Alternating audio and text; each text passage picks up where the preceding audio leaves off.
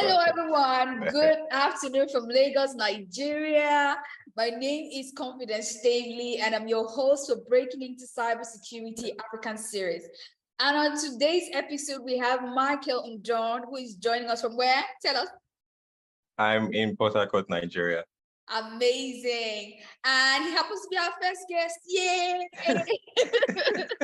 So, Michael, we're going to set the tradition for everyone else coming after you. We're going to start the episode with as much fun and cheer as we have actually done now, but we're going to go a bit further. Okay. So I want you to choose any activity of your choice, and that is going to make us have fun for the first 1 minute. Let's go. Okay. What would you choose? So I'm going to play a song by Burna Boy, and I'll try to vibe to it. Okay. Everybody's a good dancer sitting down, honestly.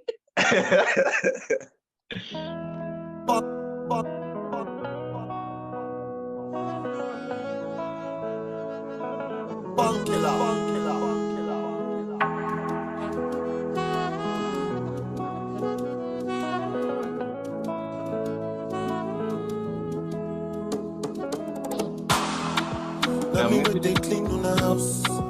Now me with they wash on the car. Now me with they cook no no. Now me with they wash on the cloth. Now me with they work for your shop. Now me with they hug no no. I become a person for my happiness, so still be my own. Everybody get roll, no me say your own, bro. Passing my own.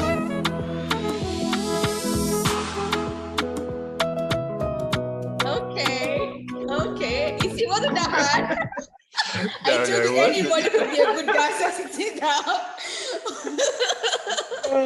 It's actually my first time doing that on camera. Excellent. So let's just jump right in, because there are a lot of people who want to hear what you have to say. And Michael, I'm not going to introduce you, but I just want to ask one question before I ask the actual first question. How many years have you been in cybersecurity? I have been in cybersecurity this is 2023. Okay. 3 years. Okay. 3 years, yeah. Oh. And in tech in general, 4 years. Oh, yes. Excellent. Okay, so you're just right within the kind of, yeah. want in. So what did you do before breaking into cybersecurity, and why were you interested in cybersecurity in the first place? So I think cybersecurity has actually been something that's really, from when I was young, it stuck with me in terms of you watch those very funny hacking movies where they're doing magical stuff, but nothing actually happens in real life. But I had this love for tech, and the love was particularly towards the security space. I wasn't doing anything professionally before cybersecurity. I was coming out of college at that time. So I was basically just saying, okay, from there, I was studying tech infrastructure management, and I was like, that's going to be my pathway. So cybersecurity that was the whole period of me getting into tech, and everything was just me trying to match my way into cybersecurity, doing that was going to be my end goal. That's amazing. So I know a lot of people share the same angle with you, that a movie, was sort of like the entry point, and most times the entry point again was ethical hacking. But you called it. Yeah, it was. It was. The thing is, I don't like. Obviously, that excitement started with the movies. There were more things than that, definitely. But like the excitement started with the movies, and then you learn more things about security, and like, oh wow, that's interesting. I'd love to do it, and then you sort of start to specialize there. Yeah. Okay, so Michael, just describe to us what your journey breaking into cybersecurity was like. I want you to include, details about the job hunts, your resume issues, interview issues. I mean, I want people to be able to come off listening to you and think to themselves, oh, I'm going to apply that tip in. I'm going to do this, make this change to my resume. I'm going to make sure I answer this question differently the next time I'm interviewed. Yeah. So in terms of my journey, I'll use one word to summarize it. It was crazy. So actually, I had started off trying to learn on my own. I'm mostly self-taught for most of my tech career. So okay. I started trying to learn on my own using self-paced tutorials and things like that. At the very start, when I didn't know anything in tech or anything tech related, it was a nightmare. I was flooded because I was trying to learn ethical hacking, obviously, and I didn't understand a single thing I was seeing. So it was really struggling the first couple of years or first couple of months. Eventually, what ended up happening was I decided to start to break it down. I took bits and pieces where I was learning a bit of networking, a bit of programming, trying to understand the bits and pieces behind the scenes before eventually trying to understand, okay, the security aspect of it. Okay. In terms of job hunts, I'd say like my inbox, I probably still haven't deleted them. There's like a whole list of rejection emails filled in there, which is really really crazy. But what I started doing was, or what I changed was, oftentimes I think something that happens to us, especially here in Nigeria, at least with some of my mates that I knew at that time, we learn and we have a lot of knowledge at some point. Like we're really good, but there's no evidence to show for it. There's nothing to show for it. You're not engaged in any communities. You're not showing any product or result of what you've done. So you try to get a job and they're like, you don't have the experience. Like, how do we hire you? Mm-hmm. So I think that was something that an issue I had. Mm-hmm. So I actually started looking at communities I could get involved in. I know I did try to start doing a bit of bug bounty hunting, not just generally with the ones on the platforms, but just in general with day-to-day. Like I remember when COVID picked up and Zoom was kind of a thing, and I found a security bug on Zoom and I reported it, and that counted as a vulnerability. So I just kept finding different things I could do in my local. So my family has a business that they set up. I tried to see how I could apply cybersecurity in that aspect. Looking at different ways I can gain that experience or show or put myself out there to say, okay, this is who I am. This is me building my profile, my public profile. So that definitely helped. And as I began to engage in communities, then I obviously, naturally, you become better as a security professional, but at the same time, you're also exposed to more opportunities and you gain more recognition. So I think eventually, how I even got to my cybersecurity role at the end of the day is actually crazy. So I applied because I had background in programming and software development and things like that. So I was working in a contract role for something related to backend development. And while working for them, I was like, you guys have messed up security. I just said to them, like, this is your security standpoint. Like, this is your security infrastructure. Yeah, exactly, security posture. And I was like, I can help you make it better. And I started showing them how to do that. And eventually, like, it was time to renew the contract. And we're like, yeah, we don't want to keep going as on that line. Let's do this contract as a security professional. So that was how I got my switch. And then the rest of it has just been me freelancing and doing contracting to just sort of engage with the community. Yeah. That's very interesting, and I just wanted you to chime in and really double down on how you manage rejection, because you made mention of the fact that you had so much rejection. You also made mention of the fact that you had to use what you currently have in terms of your family's business to sort of like create an experience for yourself, which I mean is a very creative angle to gaining work experience, right?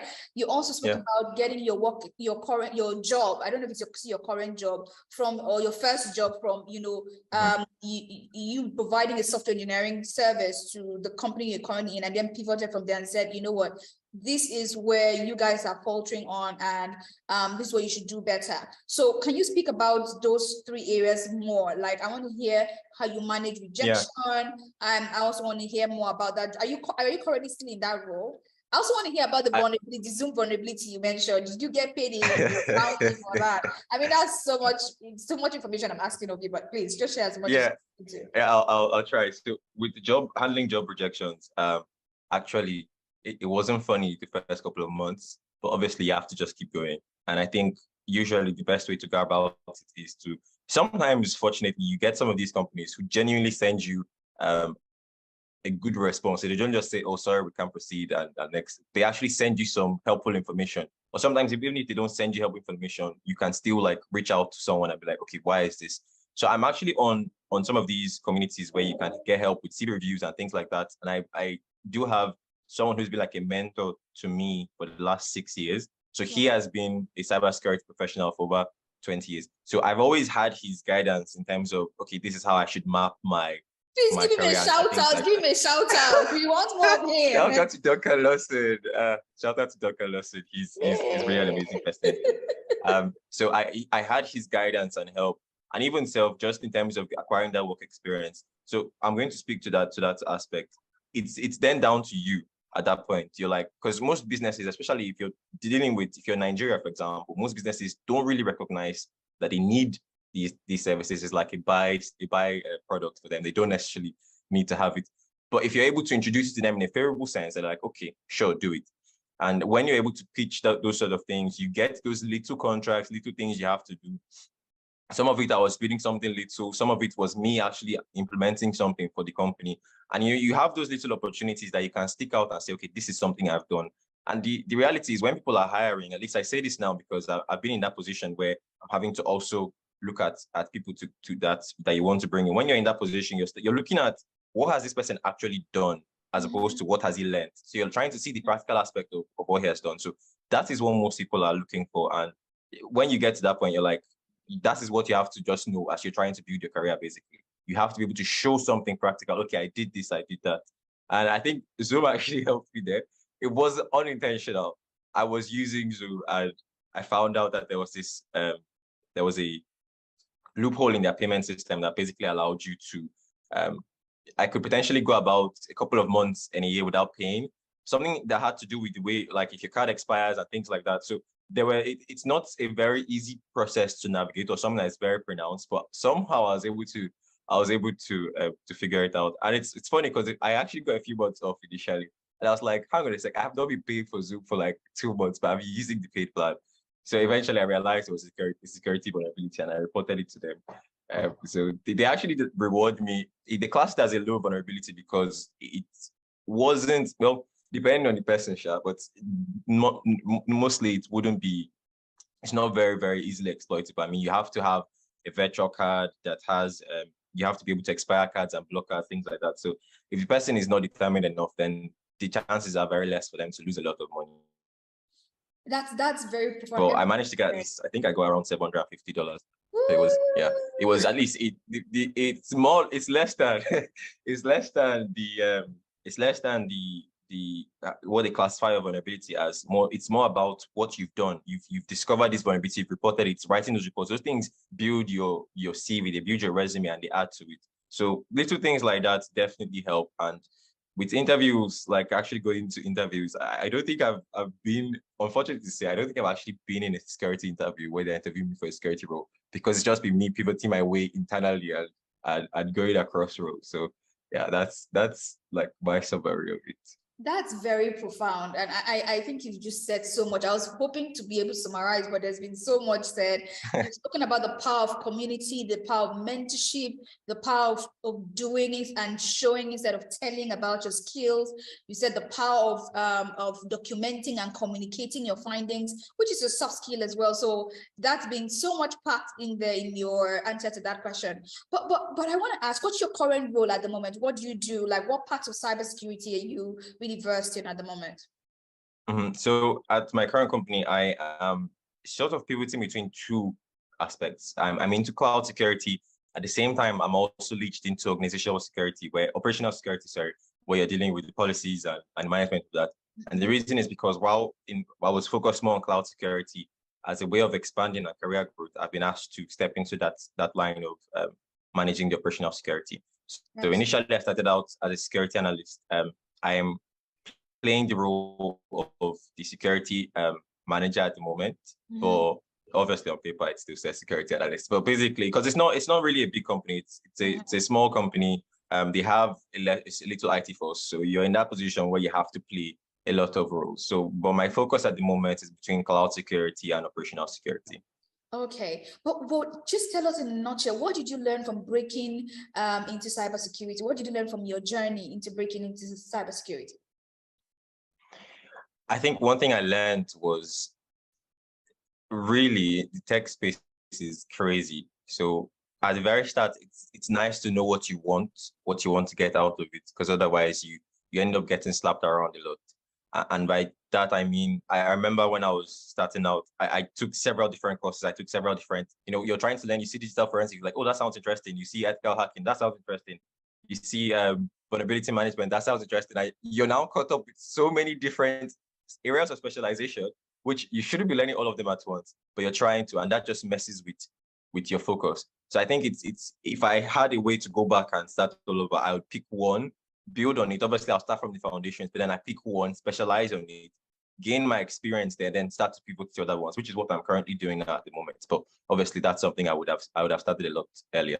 Absolutely. I couldn't agree with you anymore there, Michael. But what do you do currently to keep up with, changes in the cybersecurity industry? How do you keep up now that you have started your career? How do you keep up with the industry? Are there habits you want to share with us? Yeah, no, the industry is moving really quickly. I would say my number one go-to is Twitter. Twitter is actually my number one go-to, at least while it was still active before the whole craze around Elon's takeover and whatnot. But that's a different story. There are a lot of communities, Twitter communities, definitely. I follow a couple of prominent people, news reporters and things in security space. At the same time, too, for services that really relate very well to me. So like, for example, Microsoft, which my company uses and which I specialize in, I subscribe to some of their service updates, news related to that. And you have some hacker forums where they post some of these updates when there's vulnerabilities and things like that.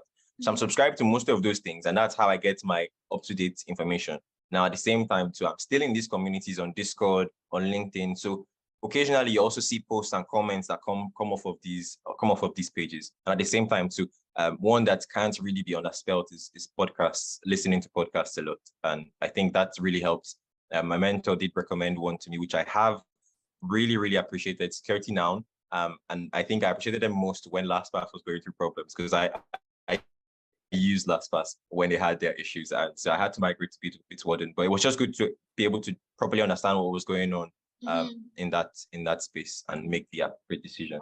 Absolutely. So, but what would you consider as important and critical for somebody listening to you right now and considering a similar cybersecurity path as yours? I think you mean in terms of quality? Anything, just what would you say? So in terms of someone considering the cybersecurity path of yours, I'll list a couple of things. One, it's very helpful if you can get mentorship from a good person. And I say good in the sense that because a lot of people who are starting out, really, they can be lost. And you need a patient mentor who can really just guide you, groom you into helping you establish something neat. Now, while you have that, you as well also need to be self-motivated. Now, sad to say, you have a lot of mentees. I've mentored people now, and you tell them, do this, do that. And, they take forever to come back to you. You're not really motivating your mentor in that sense. So when you have that mentor-mentee relationship and you drive that very well, then the chances of you succeeding is a lot higher. Now, at the same time, in terms of what else you could do, you really want to be as self-driven as possible. Oftentimes people take courses or they go on boot camps, but I often say to them, because I teach as well, and I say to my students, I'm like, these things that happen in class is not really what is going to help you. It's what you do outside of these classrooms that's going to help you. So the extra bits and pieces you can do, writing articles about things you've done, creating blogs, engaging with the community, those things as weird as they sound in terms of how does that really help me, it's really what helps you land a job at the end of the day, because you establish your public profile, you engage with the community, and when you engage with community, you're also up to date with what's happening in security. And really, for most people who are starting out, they tend to focus a lot on certifications. Certifications is yes, they're nice, but at the same time, it's not really all that defines you. I know a lot of companies, a lot of security professionals now, you see a lot of posts on LinkedIn from them saying, talking bad, not necessarily talking bad, but like at least saying that security certifications are outdated in a sense. What they mean really is that people are going crazy about trying to acquire certifications, 10 certifications. At the end of the day, there's nothing to show for the practical aspect of applying that certification. Mm-hmm. So in terms of building out your career path, don't focus too much on certifications. Focus on how you can apply the knowledge gotten from that certification somewhere else. So not just acquiring a certificate and keeping it somewhere like we do with our university certificates here.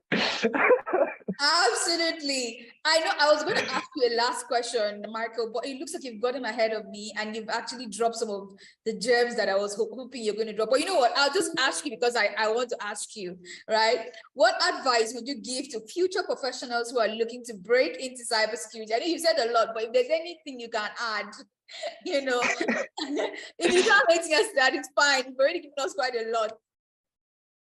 No, I think just in summary, what I can say, if you're looking to break into cybersecurity in the near future,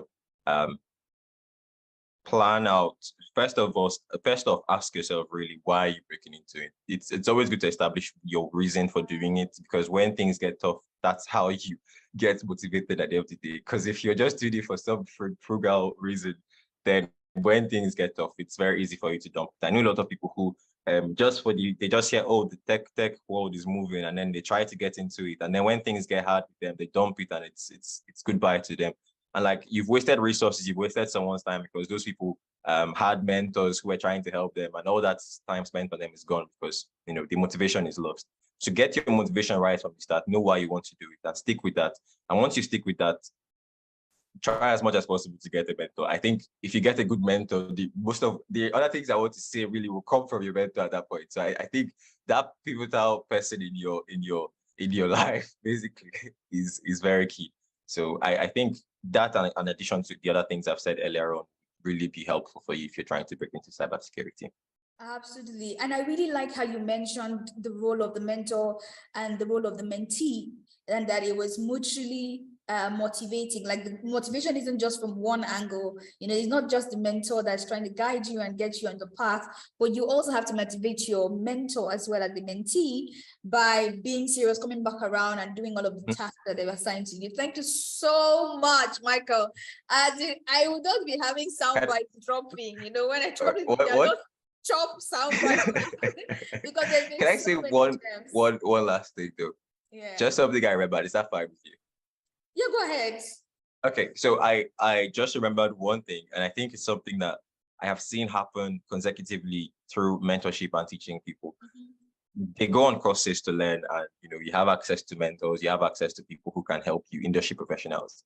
One thing I always say to people is, please don't hold back your questions. Ask questions. Ask questions online. Ask questions directly to people. The reason I say this is because I've seen cases where people are in a classroom, or they're in an environment where they have access to like 20 plus mentors or people responding to forum messages, but they don't ask questions. They're dying in silence. It's helpful to ask those questions, because then you're able to get clarification, you're able to get a better understanding, and really it satisfies your curiosity, and you're able to then channel the answer given to you to do something else. Because most times people get stuck up with their questions, and they just hold it, and it gives you, there's no benefit or value added to you at the end of the day doing that. I know shame sometimes is there, because you feel like, oh, I shouldn't be asking this question, but really there is no silly question in cybersecurity or in tech in general. I mean, I Google the most basic things every day. So like, if I can ask Google some dumb things, I'm pretty sure you can ask your fellow human beings the same thing as well. So yeah, that would be probably my last advice to everyone else. Yeah. Thank you so much, Michael. This has been an interesting and engaging conversation, and I'm sure anyone who watches this video has a lot to learn. Thank you so much for your time. We are so grateful for making our time to be on this episode. Thank you so much.